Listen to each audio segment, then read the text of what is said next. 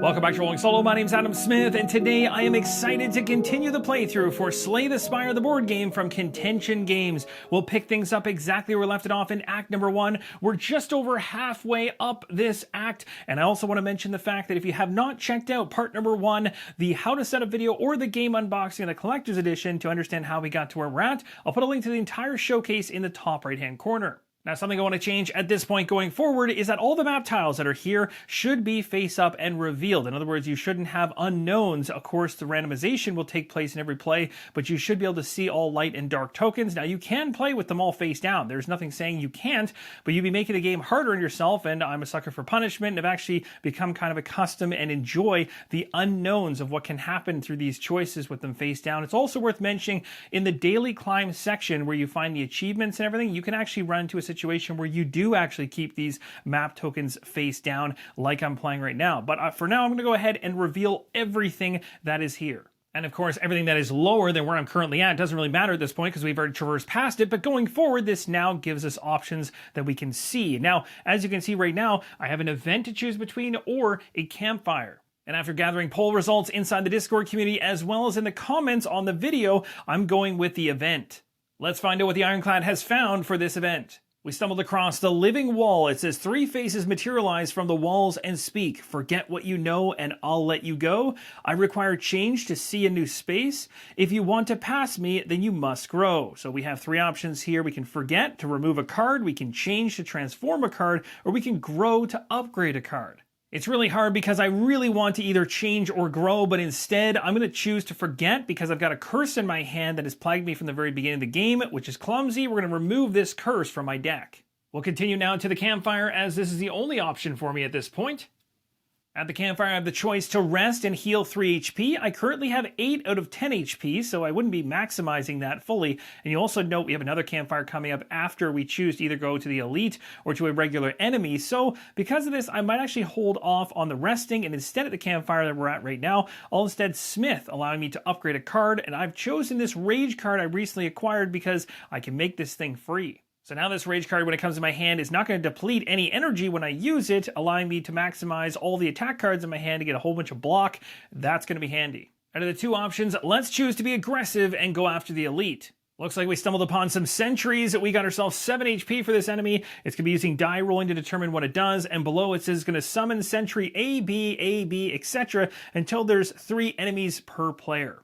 As I'm playing solo, I go until I have 3 enemies in front of me. I got the first one, a Sentry A and a Sentry B now. This should be quite interesting. You'll see 7 HP, and the last one, Sentry B, is 8. Heading into combat, our energy is at 5, blocks at 0. Let's draw our 5 cards and see what we get for a starting hand. We have Heavy Blade here, a nice one if we have lots of strength. Still good by itself. And then we got Strike, we have Rage. There's the Rage that we recently upgraded. That's nice. Defend, and finally Pummel Strike. Now let's go ahead and roll the die and see what we get for a value on it. And we got ourselves a 1. That's not going to be good. It's not going to give us any benefit whatsoever. Well, we're certainly going to go ahead and make use of that rage card that I got earlier. So this one's going to give me 1 block for each attack card in hand. I currently have 3 attack cards in hand. This will cost nothing for energy, but my block goes up to 3. Next, I went ahead and played Pummel Strike. This one here costs 1 energy, so I dropped myself down by 1. Done 2 damage to the Sentry right here from 7 to 5. Draw 2 cards up, which I've already done. Defend and Strike came off the deck. This next choice is tough because I could spend my energy in order to give myself a boost on defense and block all of the damage or hits coming against me, which would be a total of 5. I would be able to actually get up to 5 block, but I also have this Heavy Blade in hand I really want to use to do a nice smack for 3. So I think I'm going to risk it. We're going to go ahead and do the smack. So this one's going to cost 2, which is all the rest of my energy. I'm going to put that 3 on this one here, dropping it down to 2 to get it hopefully ready to be taken out in a future round. Enemies are going to follow the die that I rolled, which is a 1, so it's going for the top row for all of them, which is 2 hits and then 3 hits on the far side, plus one of those dazed conditions going to the top of my draw pile. My block handled 3, but 2 of them got through, knocked my health down to 6, and the daze is on top of my draw pile now. Next round, energy's back to 3 and the block at 0. Let's draw our cards up, see how we do. There's our daze condition, which is no fun.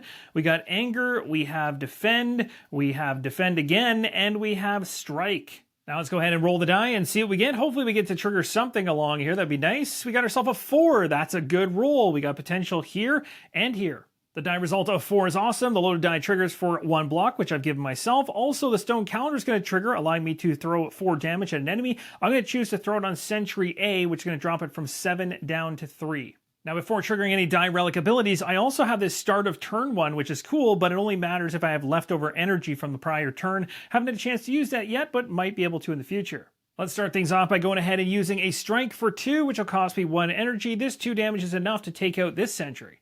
Next up, I'll go ahead and use this one here, Anger. This one just does 1 hit, and then you put the card on top of your draw pile, so I'll do that right now. It doesn't cost any energy to do this, which is nice. We'll go ahead and uptick, or I should say downtick, Sentry A. And to keep myself safe from any attacks coming at me, let's go ahead and use the last 2 energy to bump up my block by 2, which should be perfect.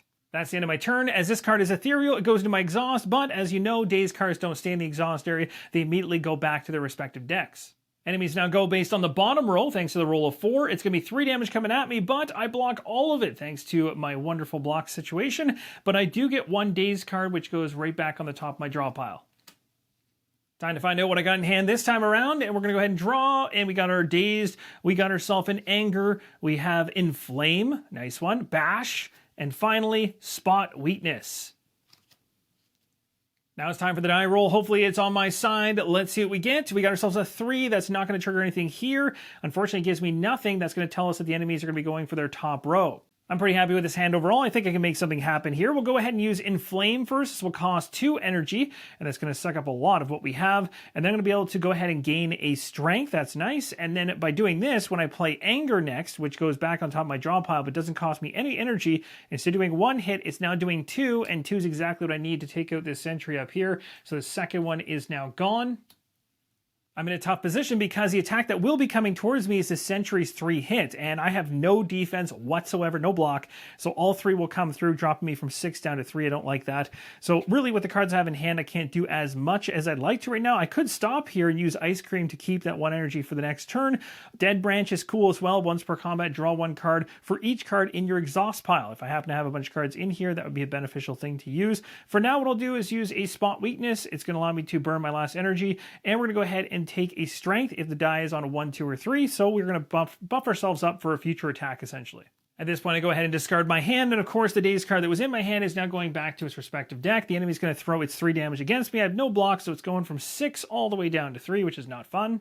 Energy's getting boosted back up to 3. Let's go ahead and draw our cards and see what we get. We got ourselves Anger. We have, I might have to shuffle the deck here in a second, Strike. We have Ghostly Armor, and yes, I'll have to shuffle in order to get my last card, and Strike. Final card off the top of the deck. Let's see what we get. We got Defend. Now let's go ahead and roll the die. Hope for good things here. We got ourselves a 3 again. However, I've got what I need to take this thing out this round thanks to how much I boosted up my strength. So Anger's going to go first, costing me nothing. It's going to do 1 damage, but it'll turn into 3. And then this goes back on top of the draw pile. So 3 will drop this from 8 down to 5. Then we go ahead with another strike. This costs an energy. This is going to be boosted up to a total of 3, dropping it from 5 down to 2. And this is going to go in the discard. And then the final strike here for 1 is going to do the final 3 damage in order to take out that last Sentry. And we have beaten the elite.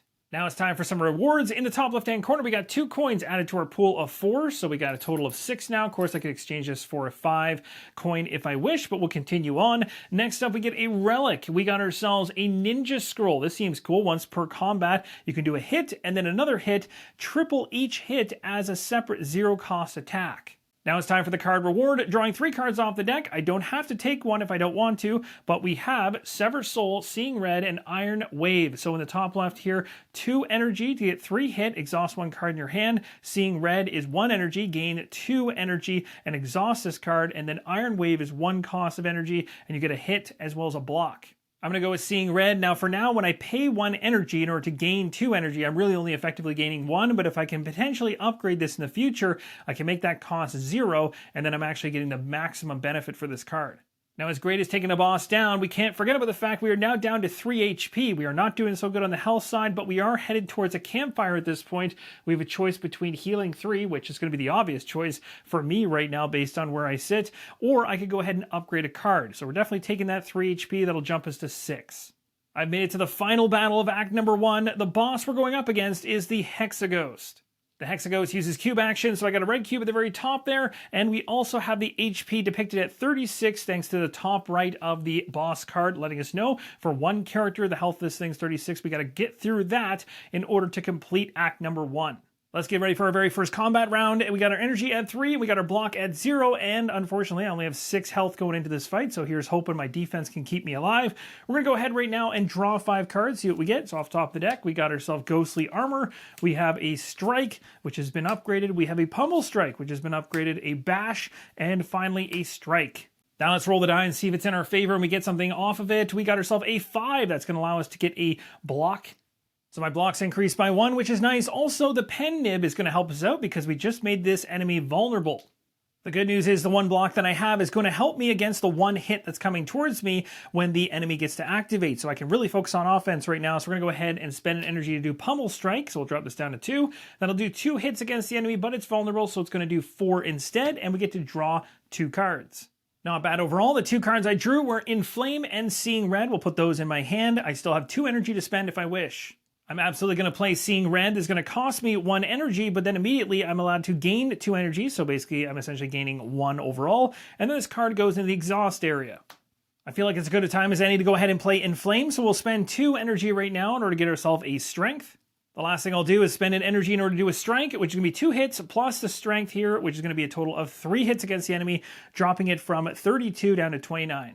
Now, something I mentioned on screen earlier, which I forgot to do yet again, I feel like I always forget to do this on the dashboard of my character at the end of a combat when we fought that elite previously, I forgot to heal myself by 1, so actually I shouldn't be at 6, I should be at 7, giving me a little bit more life for this battle. Now the Hexaghost is going to activate, and as you can see, the very top has an area of effect symbol, but again, because I'm controlling 1 character, it's not going to impact all other characters because there aren't any other ones involved, but it's going to come at me with a 1 hit, which I'm going to block with the 1 block that I got from my loaded die, which is nice, and it's going to throw a status card at me. The condition it's inflicting is down in the bottom left-hand corner here, which tells me to put it in my discard pile. It's unplayable when it gets into my hand. At the end of a turn, you take a damage if this card is in your hand. So this is something that once we draw it up eventually, this is going to cause me grief if I don't get rid of it. The enemy's moved his cube action down 1 position. I've also regained 3 energy. We have 0 block. We're going to draw 5 cards right now and then do a die roll. We got ourselves Heavy Blade. That's a nice one. Spot Weakness. That's actually a really good one to have when we have Strength. Strike and another Strike. And do we have any defense here? 1 defense. Well, here's hoping the loaded die will help me out. Let's go for a roll, see what we get. We got ourselves a 6. That's awesome. We're going to go ahead. We could choose to trigger any relic ability that we have here, but it has to be a die-based one. So we could choose to deal 4 damage, or we could go ahead and throw a vulnerable token on this thing.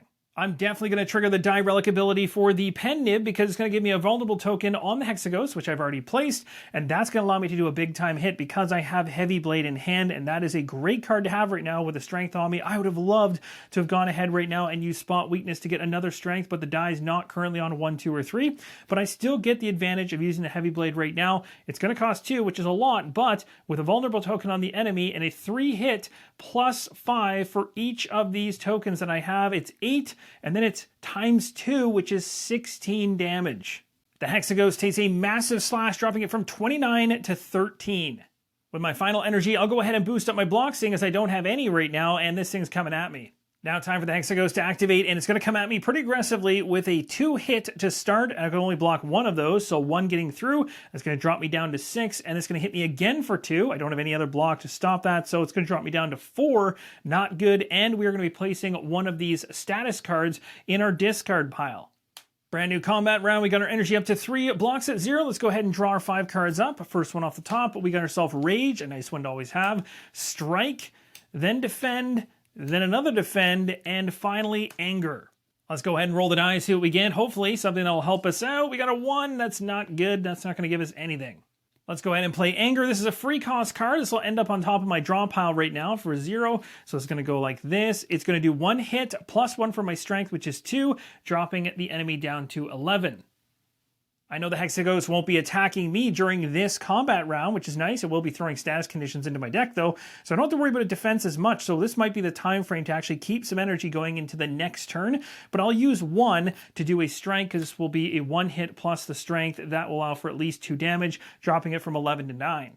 So 2 more status cards going into my deck here. So we're taking this one and putting on top of my discard pile, and another one and placing on top of my discard pile. That will resolve the Hexaghost. We'll move it on down. The next one's going to be pretty vicious. It's going to get quite a hit against me, plus it's going to throw some block on itself to prevent me from hitting it. It's now the start of my turn. I normally reset to 3, but I'm going to go ahead right now and use the Ice Cream, which is gaining the leftover energy from the last turn. So we're going to go ahead and keep the 2 we have, plus 3 we normally get. We're going to be up to 5. Let's go ahead and roll the die. Hopefully we get something that will help with the block situation. We got ourselves a 3, and that is actually no good. I've only got 2 cards left in my deck. I got to shuffle up the discard pile in a second. That, of course, is going to be fun because all those status conditions will start showing up. We know the first one's Anger because I put it on the top of the deck previously, and the next one's Defend. Let's shuffle up the discard. All right, here's hoping I get some great cards here because I got lots of energy to spend. What do we got off the top? Another Defend card. Come on, attacks, where are you? Oh my goodness, so much Defend. That's not good. At this point, I have no more attack cards in hand. I could generate 1 more attack by using the Dead Branch, because once per combat, I can draw a card for each card in my exhaust pile, which I have 1 right now, and that would allow me to draw the card I just used, which is Anger, to be able to go ahead and do a 2 damage hit. But that's really not probably the best use of that card, potentially. I'd like to maybe use it in the next round if I can. So what I might do here is use 3 of my energy to put 3 Defend down, because I think that just makes logical sense. 1, 2, 3. That will allow me to ensure that I'm not going to take any damage from what the Hexaghost is about to do, but it's going to shield itself up going to the next turn. And the other downside is I have this in my hand, which is going to burn me for 1. Now, it is worth mentioning, if I wanted to get rid of this 1 card that was in my hand before it actually triggers at the end of my turn, I could have used Purity Potion, allowing me to exhaust up to 3 cards in my hand. If I did that, this status card would end up going back to the respective deck, and it wouldn't do anything to me. But I'm going to do a little bit of gambling here and hope that I can avoid a larger smack later on, being that this thing is throwing more status conditions into my deck than I'd like to deal with. And I'll wait till the perfect moment to use this, because once this is gone, it is gone.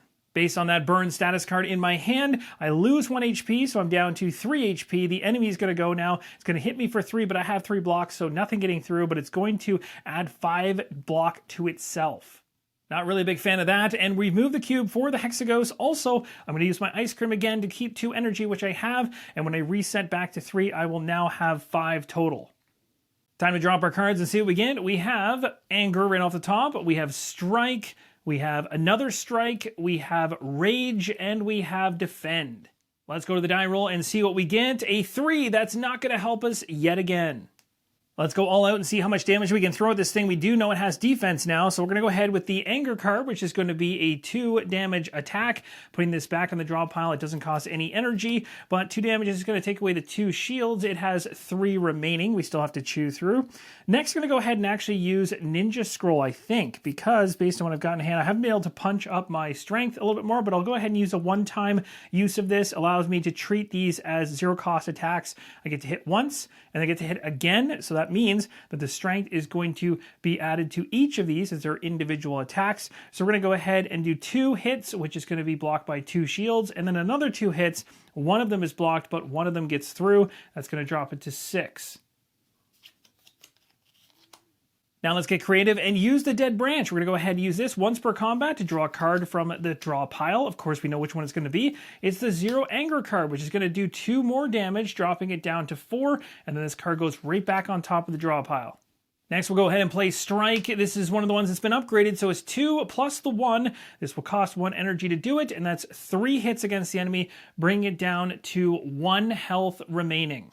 This is super satisfying because I had absolutely everything I needed to pull this off in this turn. I have 1 single strike remaining. Again, this will be a 2-hit attack. I have the 1 energy for it. This Hexaghost is dead.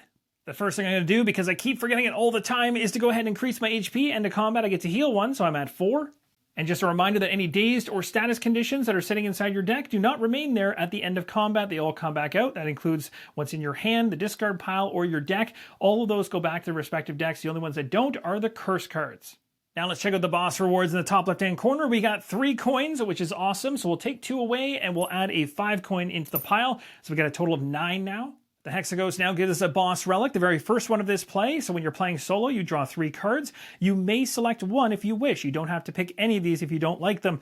Now on the far left, you have a curse key, start of turn, gain an energy. But the second you obtain this and choose it, you're going to gain 2 curses into your deck. Now that is pretty bad because I got a curse at the beginning of this playthrough. I managed to get it out of my deck. Remember though, I do have the Purity Potion and I haven't used it yet. I could use that to exhaust up to 3 cards in my hand. So that's something that I think is beneficial in terms of dealing with the negative from the curse key. Now the middle one is Black Blood. This is just a straight up 2 heal at the end of combat, which would complement the one I already have. And the fact that my character is so low on health at 4 right now, it might actually be a not bad decision to go with that in the future. It would also allow me to use campfires when I'm at them for something other than healing, which I seem to be doing quite often so far. You can also at a campfire upgrade a card, and I'd rather start doing that instead of just having to focus on healing. Now the far right one is Calling Bell. This one allows you to gain 3 relics, which is crazy. And then you gain a curse. So you only have to deal with 1 curse. You have to do that right away. I'm going to throw this one into the Discord community for voting and let you guys decide. We now get a rare reward card. The first time during this playthrough, I've gotten one. So we draw 3 cards off the top of the deck. It's not coming from the card rewards deck, which is the bigger deck for your character. It comes from the smaller deck, which is rare specific. I got double tap, Impervious, and Fiend Fire. So double tap, 1 energy this turn. Your next attack is played twice. Very nice. The next one is Impervious for 2 energy, 6 block, but it has to be exhausted afterwards. And then this one here is 2 energy for Fiend Fire, exhaust your hand, and then deal a hit for each other card exhausted this way, and then of course you exhaust the card itself. At this point, I'm going to throw it back to the community here watching this video to decide which boss relic I should take and which rare reward card I should take. Let me know in the comments down below. Also, let me know your thoughts on the play so far. And also, if you're part of the Discord community, I'm going to be placing a poll for both of these questions inside the news feed area, and you can actually vote on them there among a whole bunch of other people and actually see the results in real time. Thank you guys so much for watching. I'll be taking a look at the comments as well as those Discord polls to determine what happens next. Thank you guys so much for watching, and as always, keep on rolling solo.